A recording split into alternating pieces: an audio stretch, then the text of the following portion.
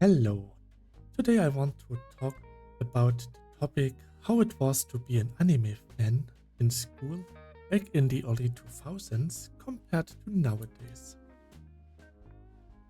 I will be the representative for the early 2000s, and for the nowadays school experience we have the nice Kiwi human with us. Hello Kiwi. Hello, Chibi. As Chibi mentioned, I'm here to represent the more more of the younger, uh, and more recent anime fans. I've not long left school myself, and here to talk about my experience. So first things first, when did you start watching anime? I think it was around 2020, which is 5 years ago already. It doesn't feel like it was quite that long ago, but time moves. Hmm. And yeah, it was. I was at school, and one of my friends was really into anime and that kind of stuff, and he sort of like kept trying to get me to watch anime, sort of in general. But my first anime was Doctor Stone, so Ohio Sekai, Good Morning World was like the first thing I've basically heard from anime with the Doctor Stone opening. But yeah, I sort of like, it was one night, I didn't really know what to do, and I thought, you know what, I'll at least watch a few episodes, see what it's about. Yeah, I watched the whole thing in about 4 days. I started watching it, and I'm like, oh damn, this is good. Actually, no, I think it was a Friday night I started watching it, and I only really spoke to them at school, so I didn't really. So I think I'd finished it in that weekend, and I'm like, oh, I need something else to watch. This is good, actually. Well, So starting yeah, with that Dr. was Stone my. is pretty nice. Yeah. That's pretty recent. I started somewhere between 1995 and 1996, but the real hardcore anime fan started around 2002. That was when we got all the Dragon Ball, Sailor Moon, Detective Conan, and One Piece to air here on television. And that's when it started. And it was also the first time I read a manga, and that was how I got really deep into it.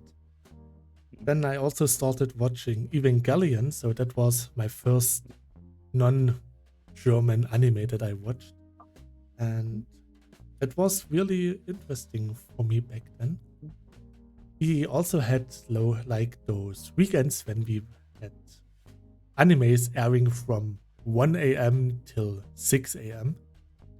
And I always stayed up and watched them because that was really cool back then. So, how was it for you when you started watching anime and talked about it in school? Well, it's sort of like I didn't necessarily so much have to deal with being the weird kid because of it, because I already was. So, and like at the time, by the time I was watching anime when I was at school, I was already in a special needs school, so every single kid was the weird kid. So that's given me a very unique experience, because yeah, it was sort of the thing is like, it was sort of like starting to become more popular. It was definitely sort of like the sort of getting into the modern rise of anime in sort of popular culture around among younger people. So yeah, there's definitely not much of a stigma around it as more, especially with like classmates and such. Mm. And it definitely sort of felt more like it gave me another thing to talk about. And I'd say it definitely helped improve socially, if anything. Hmm. That's nice.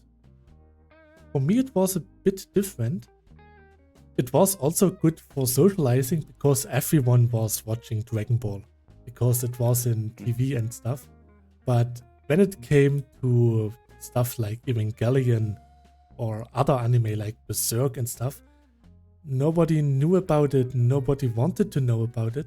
And when I talked about anime that are not on television right now, I was always looked on strange, and after a couple of weeks, no one wanted to talk to me about this stuff because when I watched the anime, I was really invested. I wanted to learn more. So I went to the pretty new internet and I saw a lot of stuff from the anime that was aired in Japan already.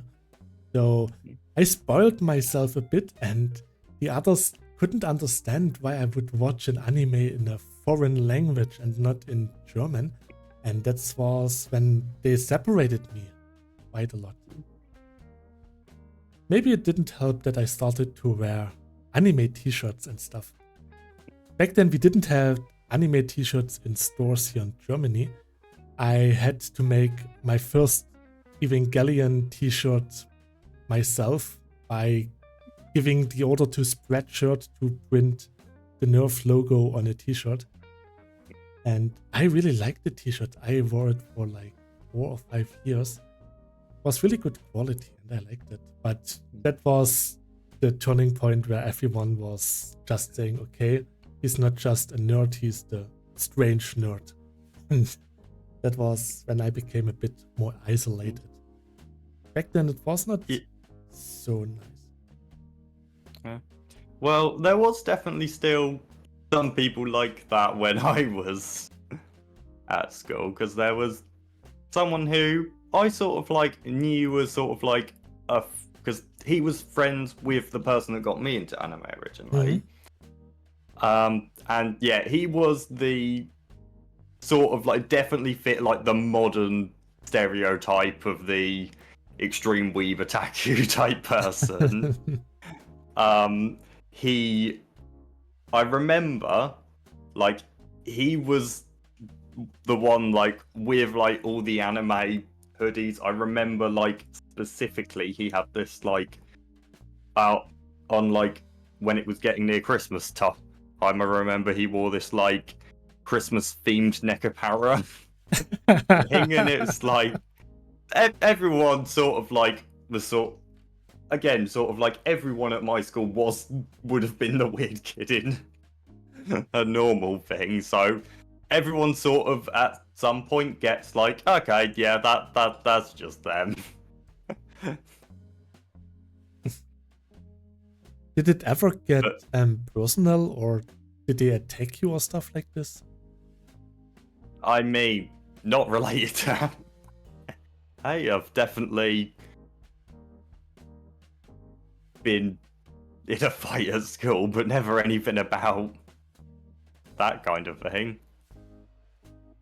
That's good. Because I know that a classmate on the different class also was an open anime fan, and he got bullied really hard. He got shoved around, they kicked him every time. It was really sad. And we couldn't even help him because they all just bullied him. And the bullying towards me was not really that bad. I was just ignored and I was fine with it. But when the bullying gets physical, that's a different topic and that's not really nice. So that was how other people also described to me when I went to university. They all said, yeah, I'm watching anime, but it was like, yeah, you just whispered to each other and said it when no one was watching because it was still a not so open topic, because everyone who watched anime openly got bullied. And that was really sad. And yeah, I just wanted to know how it is nowadays. That's why I actually wanted to have this talk with you. Yeah, it's definitely interesting how stuff like this can change over time, because like especially at the moment it's sort of becoming sort of like a popular thing at the moment, but it hasn't always been. It's gone through phases before, and then of course there's all sorts of people who have completely different and sometimes opposite preconceptions about anime and other aspects of Japanese culture, so it's very interesting how people can react to different things. And like, it's not really something that I speak about much with like people I know outside of school. Like, there's someone at work who I've talked to about it because they watch some anime. I think they like One Piece. But like, yeah, it's sort of interesting because really at school was sort of the only time where like I'd talk as much about more of the niche stuff because I mainly watch seasonal anime. Like, I've got it up on my second monitor now. At the moment, I am watching Lazarus, Once Upon a Witch's Death, Apocalypse Hotel, Ninja and Assassin Under One Roof, Rock of the Lady's Modesty, The Apothecary Diaries, I've Been Killing Slimes for 300 Years and Maxed Out My Level, Kowloon Generic Romance, From Old Country Bumpkin to Master Swordsman, Mono, Food for the Soul. I watch quite a lot of seasonal stuff, and it is very difficult to keep up with now I've started work. It's... Yeah. But yeah, it's like I don't even necessarily remember the shows in that much depth. Just sort of enjoy it while I'm watching it. I'm more the one who is binge watching everything, so I usually don't watch the seasonal stuff. And a couple of days ago, I just looked at my tabs because I have an open tab in my browser for every anime that I want to watch. And I'm at 80 right now, so it's a bit much that backlogged because, yeah, when I work, I usually don't have that much time. And sometimes I just don't feel like watching, and then other times I'm super invested and I binge watch an anime within 2 days when it's weekday and 2 or 3 animes at a weekend. But another thing that you mentioned, that every person or a lot of person perceive anime different, that's actually also something that happened back then, because back then anime was either Pokemon, Sailor Moon, or erotic stuff. There was nothing in between. It was Pokemon, Sailor Moon, and yeah, hentai. Because hentai was also pretty big even back then, and it still is. But yeah, the conception that anime is just for kids or is all about hentai, that's not true, and we know it. But back then it was really hard, and everyone was, you're just watching the hentai, or you're just watching kids stuff, and you should grow up. You have more adult-like hobbies. And it really hurt every time someone said this to me. Especially when I was watching Evangelion, that's not for kids. And Berserk definitely is not for kids, and it's not about hentai in none of them. So it was really hard, and at first I tried to show the people what anime is about, but then I got the stigma of being a total nerd even more and got isolated even more. So at some point I just stopped. Which is really sad, and this discussion that anime is just for kids is still present. But I think that nowadays it's, like you said, more common, and almost everyone is watching anime now. So maybe in 5 years, the ones who don't watch animes are the odd ones out and are getting the side eye now. Who knows? Also, well, there's always sort of like, because at the moment it's kind of almost like, in some ways, like it's sort of like the trend to sort of like be into that. So it's sort of interesting how that develops over time, because like with it will sort of like be like, okay, that's sort of like the other thing. And then like some people would be like, okay, so that's a different thing. So now that's different and cool. And then it sort of like becomes common. And then because that's common, now the different and cool thing is something that's not. And it's weird how it sort of means that like a lot of things sort of go in big waves of like falling into and out of popularity. Mm-hmm. So who knows what'll happen? You can only wait and see. Yeah. Would you say that anime also influenced your taste in the Beat Saber songs that you play? It did. But at the same time, I feel like the Beat Saber and the rhythm game stuff also provides me with... I mean, I have watched anime entirely because I played one of the openings or endings in a rhythm game, whether that's Beat Saber or I used to do a little bit of Osu, but I haven't played that in ages. Or there's this online sort of like web browser based one called Rhythm Plus that I play. But yeah, I've definitely played songs from anime in rhythm games and then gone to watch the anime, and I've also watched anime and then gone to play the songs in rhythm games. So they sort of feed into each other.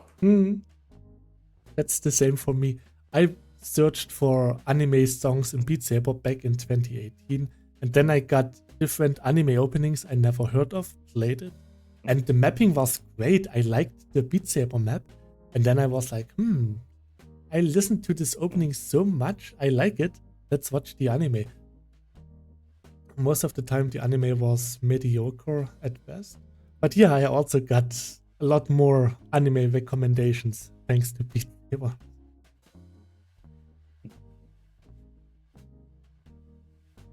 And yeah, since the whole COVID thing started, VTubing was on the rise. And it's pretty interesting because we had VTubers before. We had Suna Ai for many years. And then suddenly, at least for me in 2020, there was this rise in the VTubing. And it was really interesting because it is like you're watching a normal streamer, but then you have also the anime aspect of it because they are using anime avatars. And I really liked it. And then I got really hooked on Hololive. And yeah, that's how I became a pretty deep invested VTubing watcher. And yeah, even now and then I'm VTubing myself because of this. Are you into VTubing as well? So it's kind of weird because I'm sort of like, I find that like I'll watch someone who's making content that I'm interested in, sort of like regardless of whether it's VTuber or not now. But it's like I don't really watch streams much, and that seems to be the main area that VTubing content is produced. So by almost complete coincidence, every single VTuber I watch has just been pretty openly some middle-aged dude. Because like there's one that's an ex-engineer that does like projects on stream. And yeah, it's Uwo's Lab, and yeah, he just does crazy projects in his basement on stream. And recently, in the past, I think, few months, he's gone full-time into his VTubing thing. And yeah, actually, this program that I sent you earlier that's doing the images that react to the voice, I learnt about that because his avatar is entirely run off this. It's just like a voice reactive thing. It's not like a fully rigged model. So it's kind of more of a PNG tuber than a VTuber, but that's sort of the only one that I'd say I've actively watched and got invested in. Unfortunately, because of time zones, I haven't been able to watch their streams since I've started work. Because like they always start like an hour after I need to be asleep by to get a decent amount of sleep. So it's like, damn it, they start right as I'm have to go to sleep, which is disappointing because I do enjoy their streams. And like for like the more typical VTubers that you'd think of, I mean, I listen to quite a lot of music from VTubers because like YouTube Music's algorithm has picked up that I am interested in and will listen to Japanese music. So it just sends me anime openings and VTuber songs all the time. But I don't really watch the actual streams that often. My watch time also decreased since I have a regular working shift, because before I was working in a 3 or 4 shift company, so it was easier to watch streams because time zones can be really bad. And yeah, if I had night shift, for example, I could watch the stream before or after my shift. But when I had the day shift, I couldn't watch at all. And at least I was able to watch some. And now they either stream when I'm at work or when I'm asleep. There's no in between anymore. But I still think it's really interesting. And I also like to have a VTube avatar on my flat gaming streams, because I'm not confident in my face showing the webcam. And yeah, I think the VTube avatar looks pretty nice and it's something to look at other than the game. So that's why I use it, for example. That's definitely one of the reasons why I wanted to set up like this, because so like I've been like thinking about it in the back of my mind. Like I work on and make projects, and I've sort of like saw what Uo's Lab was doing. I'm sort of like, that seems quite interesting. I wonder if I could sort of like, because I did sort of like my VR chair project, which I don't know if anyone watching this is gonna know about unless they're active in your Discord. But yeah, I built basically it was inspired by a real product that you can buy. There's a company called Roto VR that makes a VR gaming accessory that lets you control the movement of your chair by tilting and turning your head. And that basically lets you play VR games in a more immersive way. And I sort of saw that and thought, oh, that looks cool. I saw that it was £800 and thought, oh, that's not very cool. I could probably build that cheaper. And it took me like 6 months of working on it on and off in my free time, and a bunch of 3D printing and prototyping and trying to figure out how to code when I am not good at coding. But I eventually managed to get it working, and sort of like, I do want to share this project. I do want to like make a video of like, this is how I built it, and this is how you could build one if you wanted to, and like make it into a open source thing. But yeah, it's like, I don't want to show myself on the internet. I want to show my project on the internet. And I sort of like, but for sort of like viewing things, people like something that they can like see and interact with. And yeah, so I wanted to set up this like thing with the avatar and that, so I could have something for that.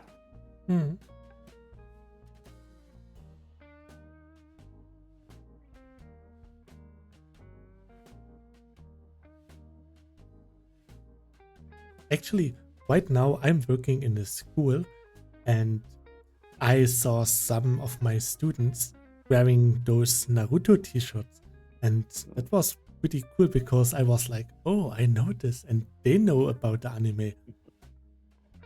And went to them and said, oh, you're watching Naruto? What's your favorite character? And they were like, oh no, we don't watch Naruto. It's just that those clothes are from my older brother and he watched this. we are into anime, but we don't have any specific stuff. We just like anime in general with no real favorites series and stuff. That's also pretty interesting to see that they just like to wear anime stuff in general and not really care about the series behind it. And for me, as a big anime fan, that's actually pretty nice to see. And I'm also a cosplayer, and every time I went to a convention, there were so many people who were just interested in cosplaying and anime in general. And you saw it from year to year, more and more people just went to those conventions to get anime merch. They brought dakimakuras, those big hug pillows that you can put in your bed, or just t-shirts with their favorite characters on it. And for me, it's really nice to see that it becomes more and more mainstream. What really was strange for me, even though I'm a big anime fan, was how present anime and manga is in everyday life in Japan. There is not a single house that has nothing to do with anime. Almost every house has an anime poster or some kind of figurines in the showcases. Then even clothing stores have an own sections with anime printing t-shirts and stuff like this. And to be honest, that was a bit too much. It was really overwhelming. And I would have never thought that I would ever say this is too much anime for me. But yeah, that's really strange. There's still a lot of non-anime stuff, but every building, every store you go, you can buy some anime related stuff. That's really strange.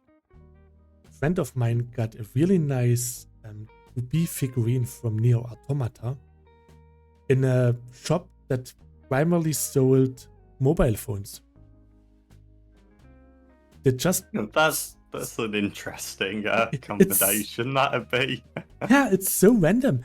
We went in through there, and then in a little corner of the store, there was a showcase with some figurines.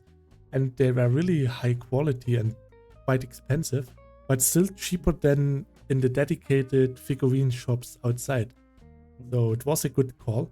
But yeah, you can find this stuff everywhere, which is nice for an otaku who travels to Japan. But if I would have to live with this, it would a bit much. Yeah, I've always thought it'd be very interesting to actually see what it's like, because you obviously see a lot of like Japanese stuff in the media, but like I've never been there. I've seen YouTube content about it, and I've seen stuff on obviously in anime, in other media as well. But it would definitely be interesting to see, like, okay, was it actually like being there? I mean, from the sounds of it, it's mainly concentrated into a few big cities, which I wouldn't like very much. I don't like busy, crowded places, so it probably. Although they do apparently have like a lot of countryside as well. Yeah. Oh, but yeah, it'd definitely be a very interesting country. One of my teachers at school, she used to live in Japan and teach Japanese people English. Oh. Mm-hmm. So that was quite interesting, especially because me and a few of my classmates were in anime for various lengths of time. I was quite new, and it was quite interesting to talk to them about how I sort of like, oh, this is like the media and stuff we've seen, and she'd actually been to Japan and sort of knew stuff. So that was really interesting. Speaking to someone who had lived there for I'm not sure how long, but yeah, it was quite interesting. What was also really interesting is, even though the big cities like Tokyo and Osaka, they are super crowded, there are a lot of people everywhere, but it's still pretty quiet. it's not really that loud. Almost no one is talking, and it is really well regulated, and it doesn't feel as stressful as when I walk through a middle-sized town here in Germany, for example. And it was really interesting to see this. And the countryside is really beautiful. Yeah, another one, someone who was my classmate for a bit at school. One of the things that he did in some of his free time, which I never really paid too much attention to it, but I always thought it was really funny. He would go on Google Maps and look at how many vending machines he could find just walking around Japan. And it was just sort of one of them, like, really, like, funny little hobbies. And was just walking around Google Maps looking at vending machines and, like, trying to zoom in on them and see what they have.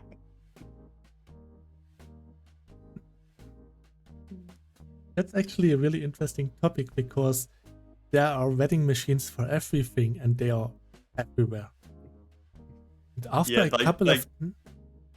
I was about to say they made an anime about that. Have you seen the anime about the person that reincarnated as a vending machine in another world?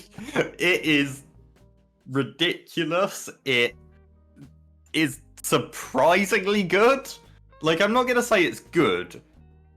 It's not bad, is what I will say though. You just think it would be.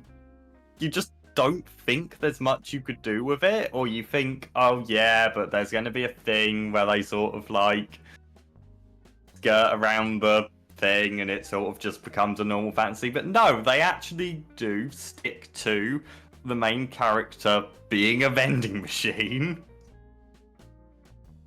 and it actually kind of works in the most ridiculous way possible. Yeah. Like, this is one of the reasons why I like watching lots of seasonal anime, because you just find things like that just...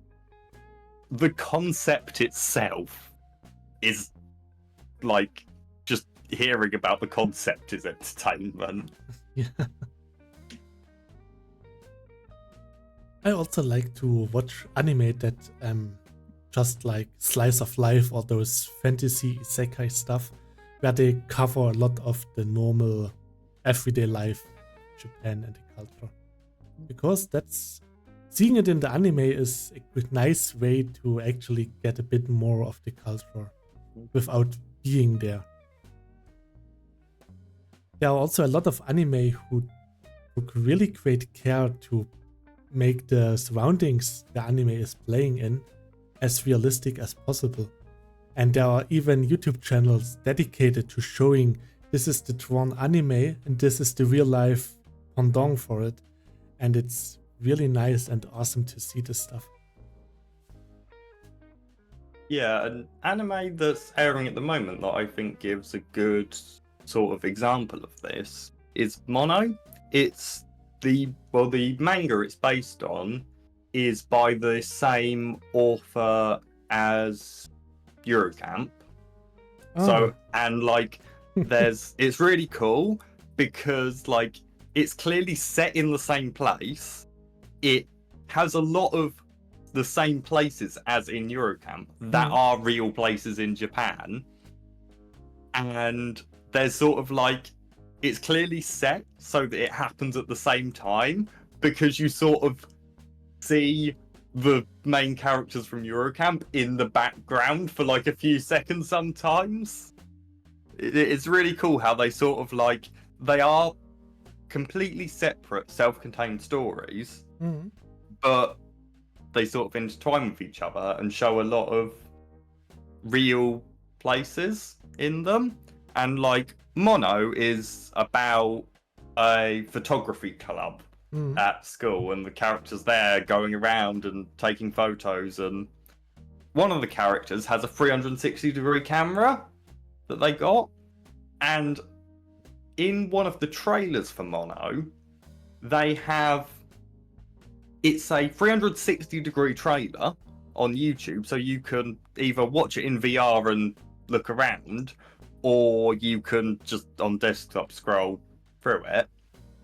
And what they've done is they've taken a photo of the real place and sort of added the scene, or like sort of like screenshots and drawings from the anime over the real place.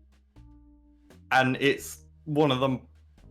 I think it's one of the most creative trailers as a concept that I've seen, because it just sort of like uses the link between what's in the anime and what's real life in very clever ways.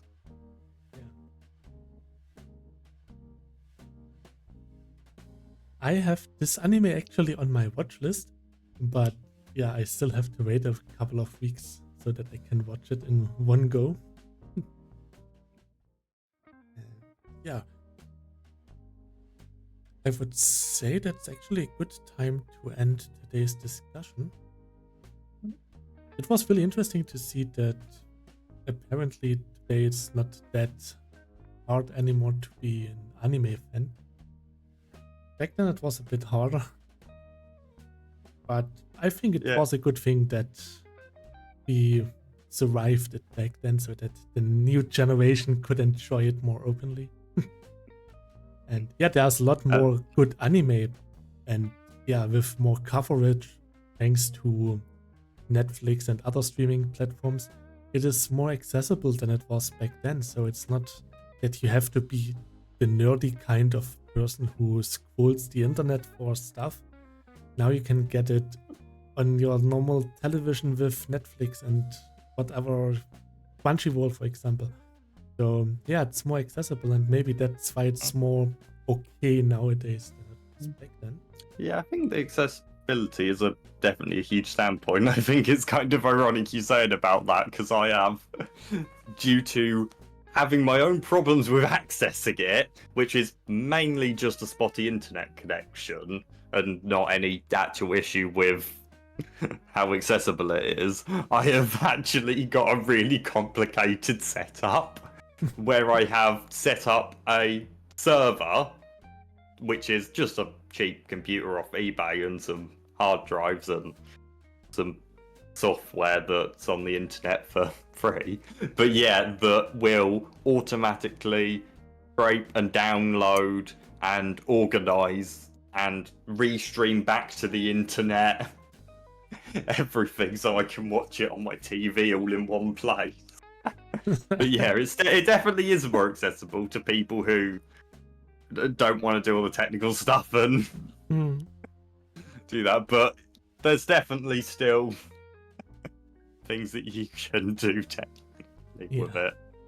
But yeah, it was nice to talk with you, and thanks for hope you having enjoyed your time. I enjoyed it very much.